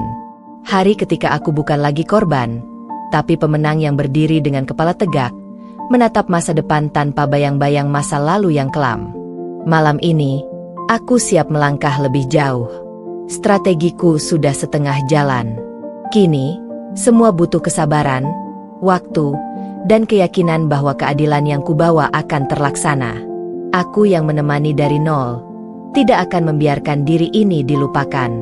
Aku akan bertarung dengan segala cara, sampai dunia tahu siapa aku sebenarnya. Setelah merancang strategi dengan matang, aku melangkah ke babak yang paling krusial, mengumpulkan bukti yang bakal menjadi tulang punggung pembalasan dan kebenaran yang harus kuungkapkan. Ini bukan perkara mudah. Setiap langkah harus aku lakukan dengan sangat hati-hati, karena satu kesalahan kecil bisa membuat usaha ini gagal total dan meninggalkan aku dalam bahaya yang lebih dalam. Aku mulai dari memantau perilaku Mas dan Ratna secara diam-diam. Setiap hari aku mencatat jam-jam ketika mereka bertemu, apa saja yang mereka lakukan, siapa saja yang terlibat, dan pola-pola lain yang membentuk jaringan pengkhianatan itu. Aku seringkali rela duduk berjam-jam di dekat rumah Mas, di balik tirai, hanya untuk memastikan apa yang kulihat dan mendengar percakapan yang terlontar tanpa sengaja. Suatu malam, aku melihat Ratna tiba di rumah Mas dekat tengah malam. Aku menunggu sampai Mas ikut keluar, dan dengan nekat aku mengikuti mereka dari jarak aman ke sebuah kafe kecil yang remang-remang. Aku menyadari, memperhatikan secara real time seperti ini bukan hanya menguras tenaga, tapi membunuh ketenangan pikiranku. Namun, aku ingat sumpahku pada diri sendiri, aku harus tahu kebenaran. Aku juga mulai memanfaatkan teknologi. Ponselku yang sederhana jadi alat mata-mataku yang paling bisa diandalkan. Dengan aplikasi pengintai yang kubuat sendiri, aku mengirimkan pesan rahasia untuk mengatur janji dengan orang-orang yang sempat aku curigai terkait dengan pertemuan rahasia mereka. Selain itu, aku menyelidiki media sosial mereka secara intensif. Aku membuat akun palsu dengan identitas baru, mencoba menjadi teman baru Ratna agar bisa masuk ke dalam lingkarannya. Dari sana, aku menemukan foto-foto yang selama ini tak diunggah ke publik, obrolan pribadi yang menunjukkan betapa dekatnya Ratna dan Mas, dan bahkan beberapa pesan yang menunjukkan permusuhan Ratna terhadapku. Di rumah, aku menyusup di waktu ketika Mas sedang keluar dan Ratna tak menduga aku akan datang. Aku berhasil menemukan satu ponsel yang tak terjaga. Dengan tangan bergetar, aku menyelidiki isi pesan, foto, dan rekaman suara yang tersembunyi. Ada bukti jelas bahwa Ratna aktif memanipulasi, menghasut Mas, dan menerima pesan dari seseorang yang selama ini kukira adalah pelaku lain dalam skenario ini. Tetapi menyusun bukti tidak hanya soal materi dan fakta. Aku juga mengumpulkan saksi. Beberapa tetangga mulai curiga dan memberi informasi berharga yang sulit ditemukan di dokumen digital. Dari suara mereka aku tahu bahwa Ratna bukan hanya pembantu biasa, tapi pemain utama yang memutarbalikkan segalanya. Aku menghubungi teman-teman lama Mas yang mulai terang-terangan mencurigai perubahan sikapnya. Mereka bersedia membantu dan menjadi saksi jika situasi memaksaku untuk menghadapinya secara langsung. Namun, setiap langkah ini tak lepas dari drama batin yang menegangkan. Setiap detik aku bersembunyi, aku dihantui ketakutan dan keraguan. Apakah apa yang aku lakukan benar? Apakah aku siap menatap kenyataan jika bukti-bukti itu memperjelas kehilangan yang selama ini kuasa aku pendam? Apakah aku akan bisa bertahan menghadapi konsekuensi dari jawaban yang akan kuperoleh? Satu malam, saat aku duduk menyusun semua data yang kupunya, hanya diterangi cahaya remang lampu meja, aku hampir menyerah. Tubuhku lelah, pikiranku kacau. Tapi rasa dendam dan harga diri mendorongku untuk bangkit kembali. Aku menarik napas dalam-dalam dan mencatat satu persatu bukti yang sudah aku kumpulkan. Membayangkan saatnya nanti membongkar kebenaran dengan keberanian yang tak pernah berhenti. Ini bukan sekadar tentang cinta yang telah rusak. Aku berbisik lirih pada diriku sendiri. Ini soal siapa aku, dan betapa aku berhak mendapat keadilan. Aku tahu, perjalanan ini masih panjang dan penuh liku. Tapi aku sudah di jalur yang benar. Setiap bukti yang kukumpulkan adalah batu bata untuk membangun kembali kekuatanku. Untuk menunjukkan pada dunia bahwa aku yang menemani dari nol ini bukanlah sosok yang bisa diremehkan. Langkahku belum selesai. Setelah berhari-hari mengumpulkan bukti dan menyusun strategi, aku tahu aku tak bisa melawan semuanya sendiri. Perjuangan ini terlalu berat untuk dipikul oleh bahuku seorang diri. Kini saatnya mencari sekutu, teman dan keluarga yang bisa mendukung dan memperkuat langkahku, sekaligus berbagi beban walau hati terasa rapuh. Aku mulai membuka diri sedikit demi sedikit kepada sahabat-sahabat lama yang selama ini kusimpan jarak demi melindungi rahasia luka. Dengan suara bergetar dan air mata yang nyaris meledak, aku ceritakan apa yang terjadi. Dari pengkhianatan Mas hingga tipu daya Ratna yang menyusup erat di kehidupan kami. Aku tahu risiko membuka luka lama, tapi aku tak bisa terus menyimpan semuanya dalam kesunyian. Mereka mendengarkan dengan mata terbuka lebar, penuh simpati tapi juga kekhawatiran. Rania, kamu gak sendiri. Kita akan bantu kamu, kata Lina dengan nada tegas, sahabatku yang paling bisa diandalkan. Aku tahu kata-kata itu bukan sekadar ucapan, tapi janji yang akan menjadi pijakan kuatku. Aku juga mulai menjalin komunikasi lama dengan keluarga Mas, membisikkan kekhawatiranku tentang perubahan perilaku Mas yang semakin menjauh dan adanya pengkhianatan yang membuatku hancur. Ini langkah yang sangat berisiko, tapi aku percaya keluarga adalah pondasi terkuat yang bisa bantu menyeimbangkan situasi. Beberapa anggota keluarga merespon dengan sikap penuh perhatian, bahkan ada yang secara diam-diam mulai mengawasi gerak-gerik Ratna. Selama waktu ini, aku juga merasakan tekanan yang makin berat. Ratna, entah bagaimana, mulai curiga dengan keberadaanku yang semakin aktif memantau dan mengintai. Aku sering menerima tatapan dingin dan bisikan-bisikan mencurigakan dari tetangga dan orang-orang sekitar. Ada momen-momen di mana aku merasakan keberadaan mereka di belakangku, seolah aku sedang dicekoki dalam perangkap yang kian hari kian rapat. Suatu sore, aku diundang oleh seorang teman lama untuk mengobrol di sebuah kafe kecil yang sepi. Suasana hangat jadi penawar ketegangan saat aku membuka hati lebih dalam dan mendapat nasihat berharganya. Untuk melawan luka seperti ini, kamu harus kuat secara mental dan jangan pernah merasa sendiri, ucapnya. Jangan ragu untuk minta bantuan dan percaya pada dirimu sendiri. Aku sadar benar bahwa dukungan ini bukan sekadar bantuan fisik atau strategi, tapi penopang utama untuk menjaga aku tidak jatuh pada rasa putus asa dan kesepian. Selain itu, aku mulai belajar mengelola tekanan dengan lebih bijaksana. Aku membuat jadwal agar tak terus-menerus terjebak dalam lingkaran sakit hati dan dendam. Ada waktu untuk menangis dan mengeluarkan kepedihan, tapi juga ada waktu untuk bangkit dan fokus pada rencana yang sudah kutata.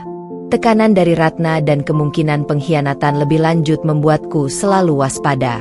Aku mulai menutup beberapa informasi penting agar tidak bocor. Berhati-hati dalam memilih kata ketika berbicara dengan pihak-pihak yang aku percaya. Semua hal ini menjadi lapisan pelindung yang kubangun, menjaga aku dari serangan yang bisa datang kapan saja. Di balik semua itu, aku mulai merasakan pertumbuhan yang luar biasa dalam diriku sendiri.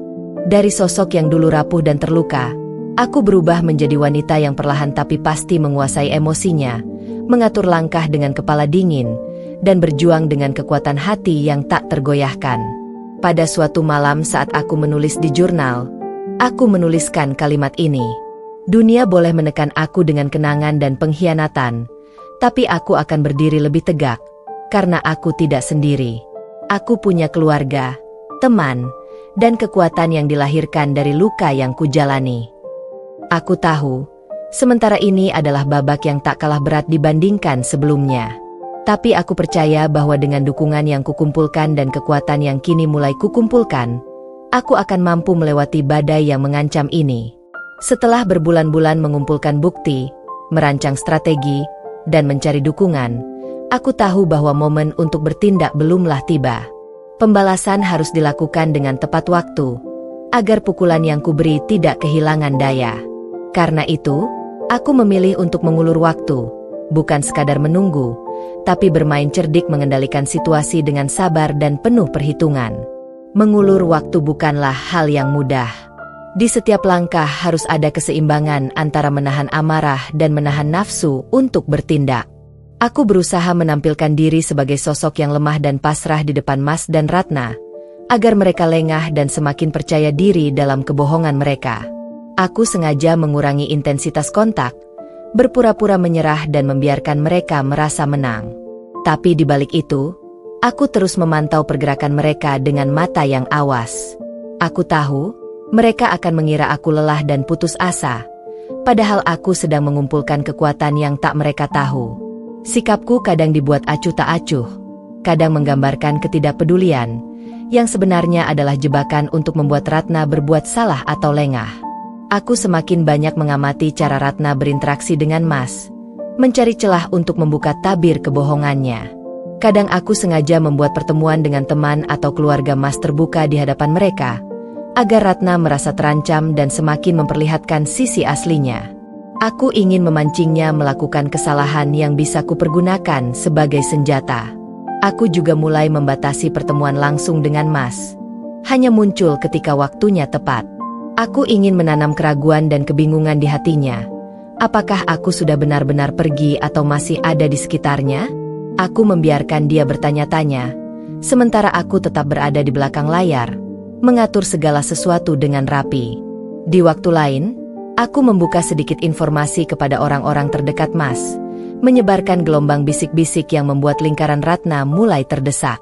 Dengan cara ini, aku menciptakan atmosfer tegang yang akan memudahkan langkah pembalasan saat waktunya tiba. Namun, yang paling penting dalam mengulur waktu adalah menjaga kesabaran dan ketenangan. Seringkali aku merasa ingin meledak, ingin mengungkapkan semuanya sekaligus. Tapi aku ingat janji pada diriku sendiri. Pembalasan yang terburu-buru bisa berbalik menghancurkan. Di malam-malam sunyi, aku sering menulis di jurnal, menyuarakan segala rasa yang bergejolak. Aku mengingat kembali cinta yang dulu membara, lalu menyemangati diriku untuk menciptakan akhir yang berbeda. Bukan sekadar kisah pilu, tapi kemenangan dari seorang wanita yang tak menyerah.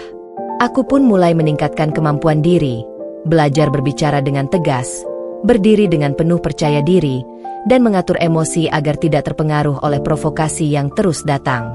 Aku membangun citra diri di lingkungan sosial sebagai sosok yang kuat dan independen, yang tak akan jadi korban selamanya. Setiap hari adalah permainan psikologis yang kujalankan dengan hati-hati. Aku menjadi bayang-bayang yang tenang di balik layar, mengulur waktu sambil menyiapkan langkah yang lebih dahsyat. Aku tahu, badai itu akan datang. Tapi aku ingin memastikan aku berdiri di tengahnya dengan senjata penuh, bukan dengan tangan kosong. Karena aku, Rania, yang menemanimu dari nol, Mas, bukan tipe wanita yang mudah dikalahkan. Aku sedang memimpin tarian terakhir yang akan membuatmu dan pelakor itu merasa neraka di dunia nyata. Langkah pembalasan yang sudah kutata mulai dijalankan. Namun, aku segera menyadari bahwa perjalanan ini tidak semudah membalikan telapak tangan. Setiap langkah penuh teka-teki dan bahaya yang mengintai.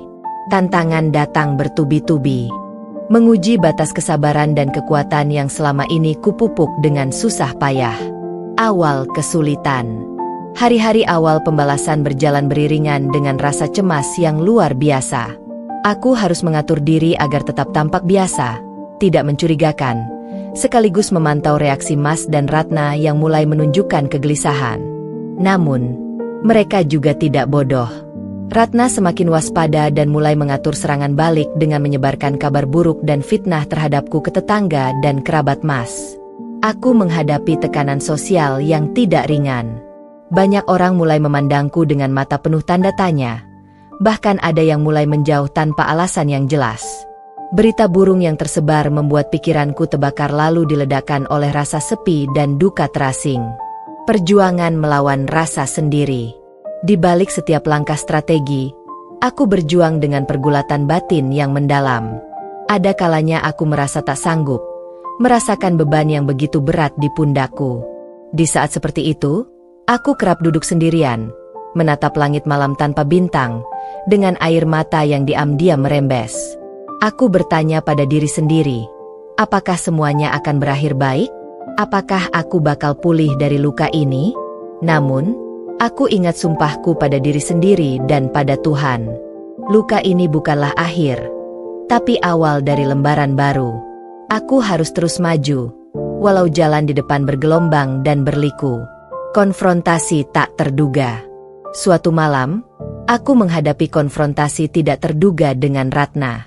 Ketika aku sedang berjalan pulang dari mengatur sebuah pertemuan dengan keluarga Mas, aku melalui gang kecil di dekat rumah Mas. Tiba-tiba Ratna muncul, membawa senyum penuh tipu daya dan nada suara yang penuh tantangan.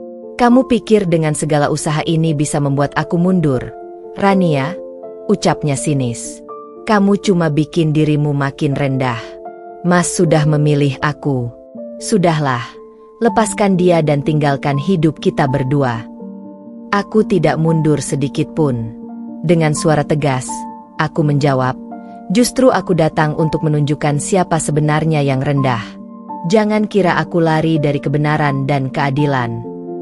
Tatapannya menantang penuh kebencian, tapi aku berdiri tegak, tidak gentar oleh ancamannya. Pertarungan kecil ini menjadi tanda bahwa aku mulai benar-benar memasuki zona pertempuran. Dukungan yang berkembang. Meski tekanan terasa berat, aku mulai merasakan dukungan dari sisi yang tak terduga. Beberapa teman dan keluarga Mas yang selama ini hanya diam mulai membuka mata dan hati. Mereka mulai memberikan sinyal dukungan. Bahkan ada yang siap aku ajak bekerja sama dalam membongkar kebusukan Ratna. Mendapat dukungan seperti ini seperti angin segar yang membangkitkan semangatku. Aku kembali percaya bahwa aku tidak sendiri dan bahwa keadilan bisa kugapai asalkan aku tetap berdiri teguh. Tekanan solidaritas dan ketakutan. Namun, aku juga merasakan bahwa konflik ini bukan hanya soal aku dan Ratna, tapi sudah membesar menjadi masalah yang memengaruhi banyak pihak. Beberapa keluarga Mas mulai terkena imbas dan terpecah belah dengan opini yang berlawanan. Aku melihat bagaimana tekanan sosial kadang berubah menjadi ancaman terselubung, membuatku semakin waspada. Pada suatu kesempatan, aku mendapat ancaman samar melalui pesan anonim, memperingatkanku agar berhenti mengusik kehidupan Mas dan Ratna. Pesan itu mengejutkanku dan sekaligus menegaskan bahwa perjuangan ini berisiko dan berbahaya. Menguatkan diri.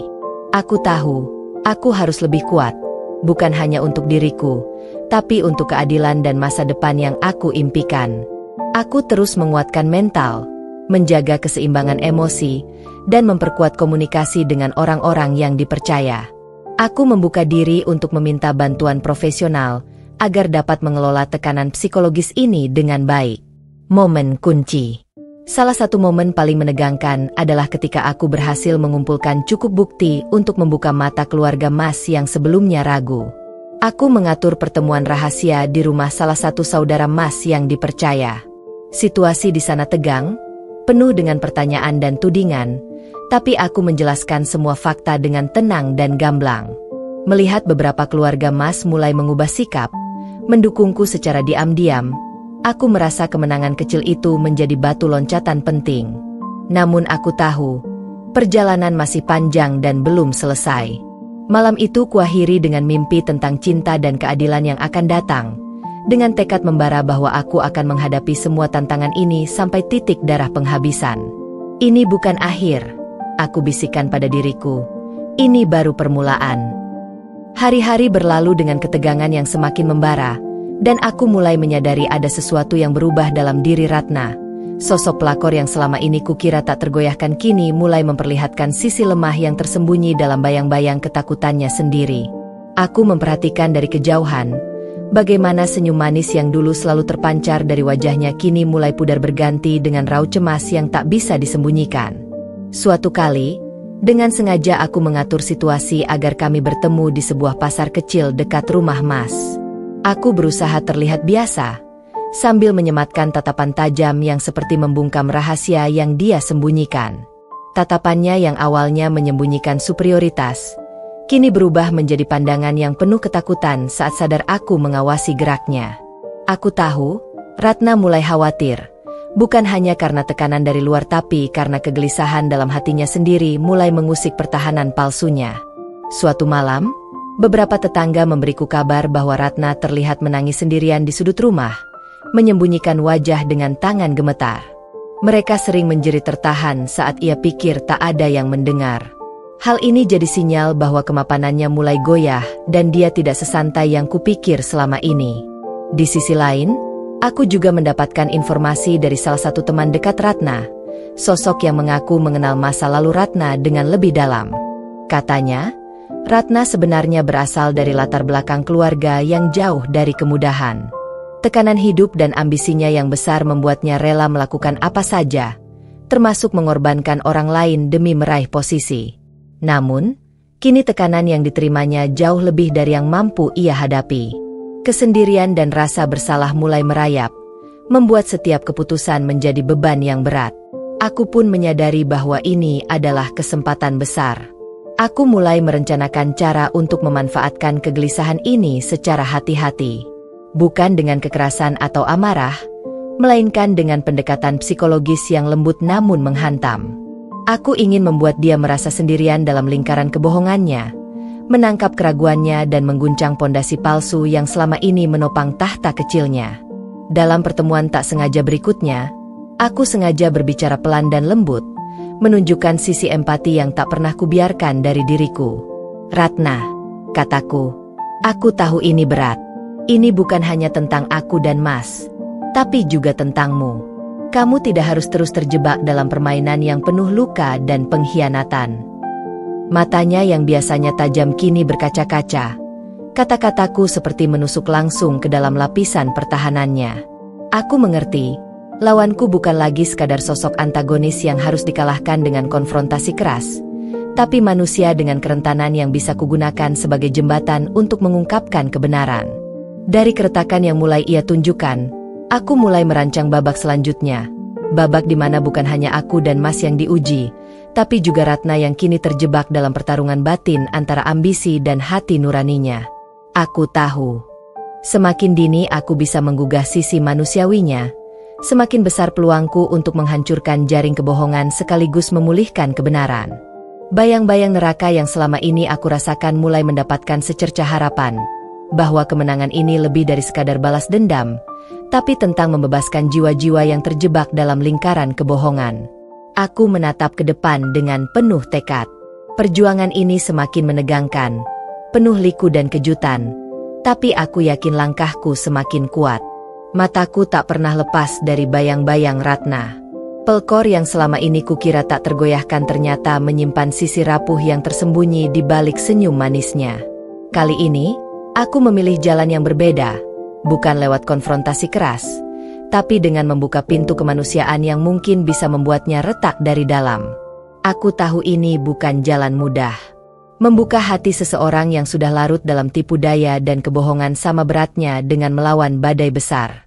Namun aku percaya bahwa setiap orang punya celah, dan celah itulah yang kuketuk dengan lembut. Mendekat dengan hati, bukan dendam. Aku mulai menghubungi beberapa kenalan yang punya akses ke Ratna tanpa harus menimbulkan kecurigaan. Lewat mereka, aku perlahan mengirim pesan yang berisi pengertian, bukan ancaman. Pesan-pesan yang mengingatkan tentang hal-hal kecil yang terlupakan, tentang pilihan hidup, arti kehormatan, dan nilai sebuah kebenaran. Keluar dari bayang-bayang dendam untuk sesaat, aku menulis surat tanpa nama yang aku titipkan lewat seseorang dekat Ratna. Kamu tidak sendiri, Ratna. Jalan yang kau pilih bukanlah satu-satunya. Hanya keberanian mengakui kesalahan yang bisa membuatmu bebas.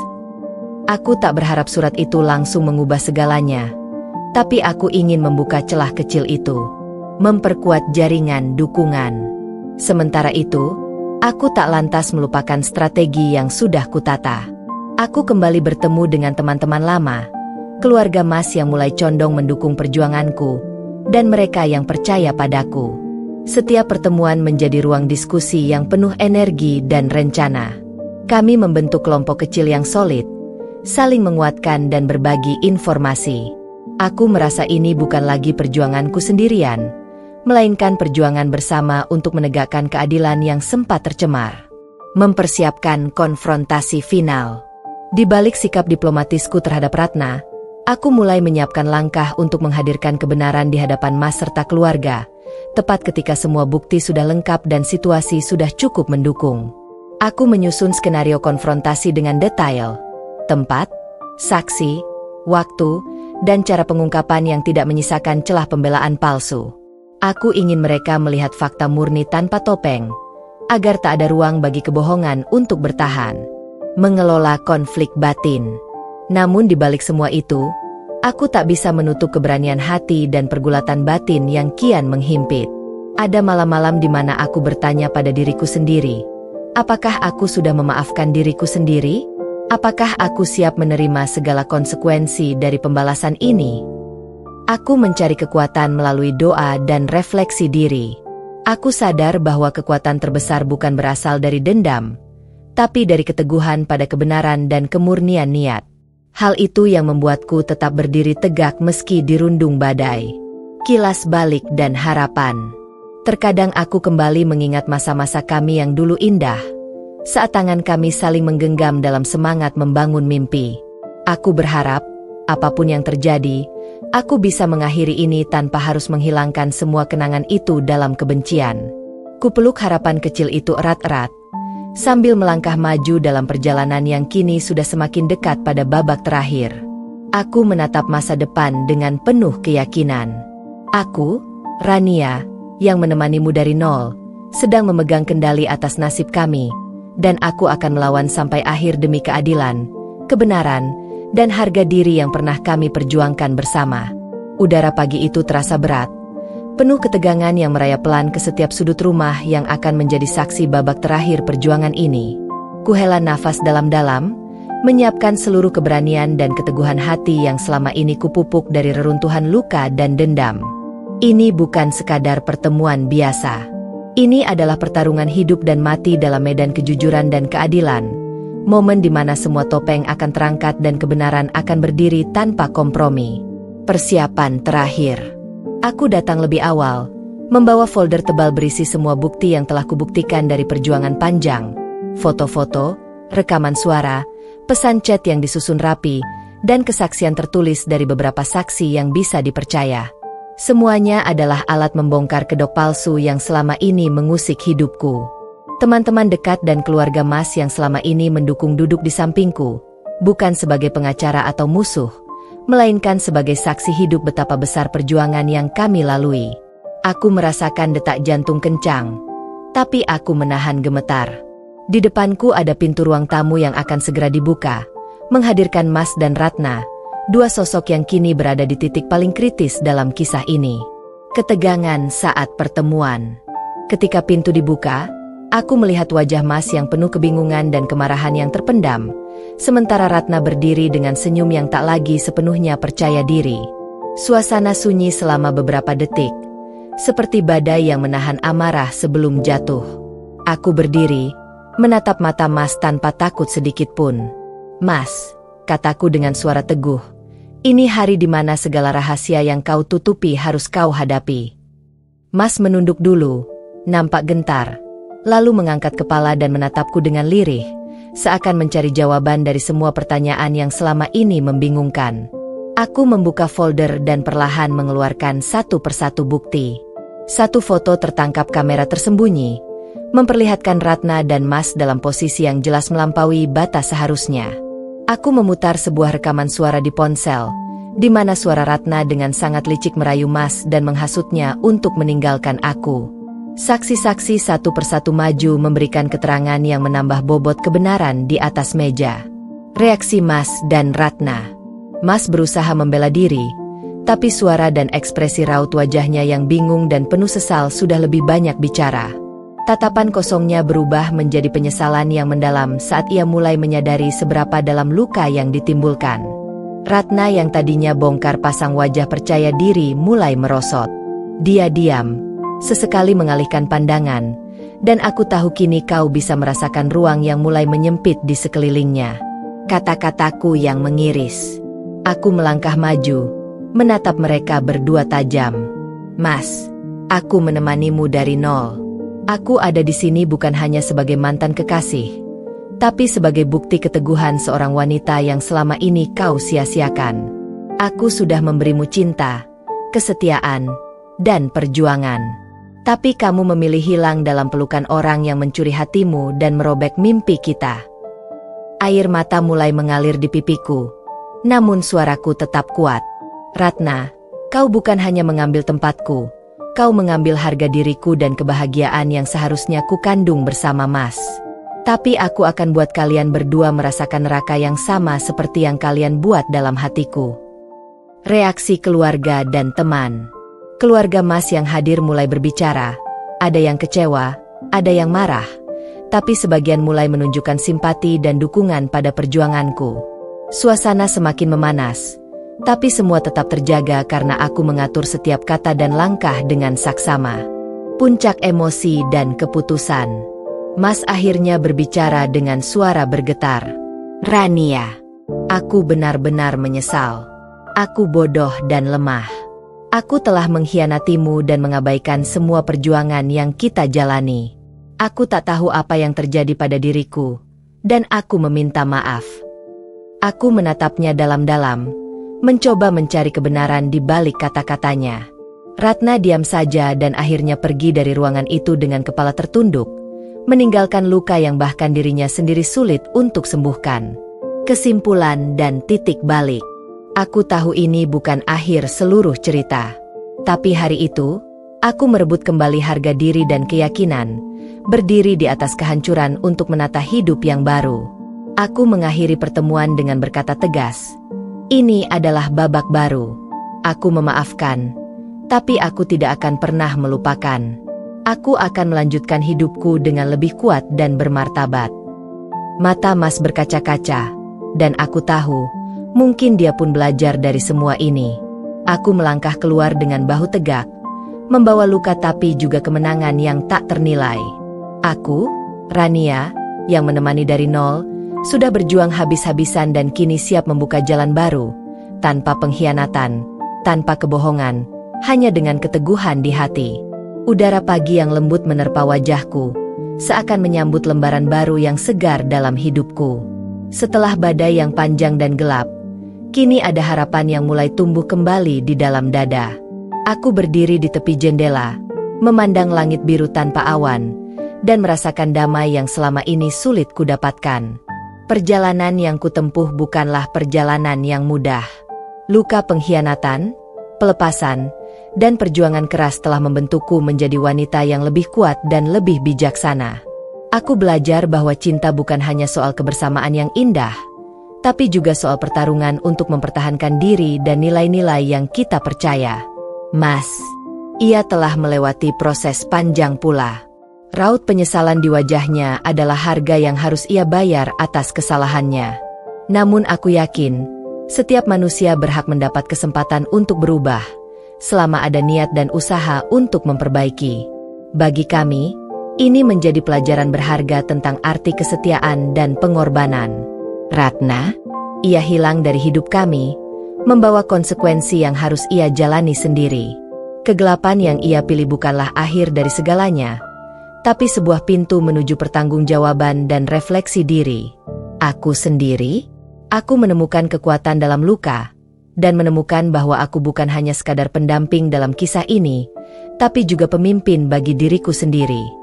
Aku membangun kembali mimpi-mimpi yang sempat patah, membentuk kehidupan yang berdiri atas dasar harga diri dan kejujuran.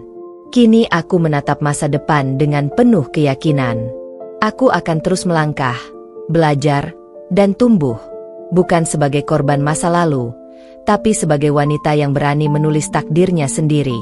Aku bersyukur atas cinta yang pernah ada, atas luka yang mengajarkan aku arti keikhlasan, dan atas perjuangan yang membawaku ke titik ini.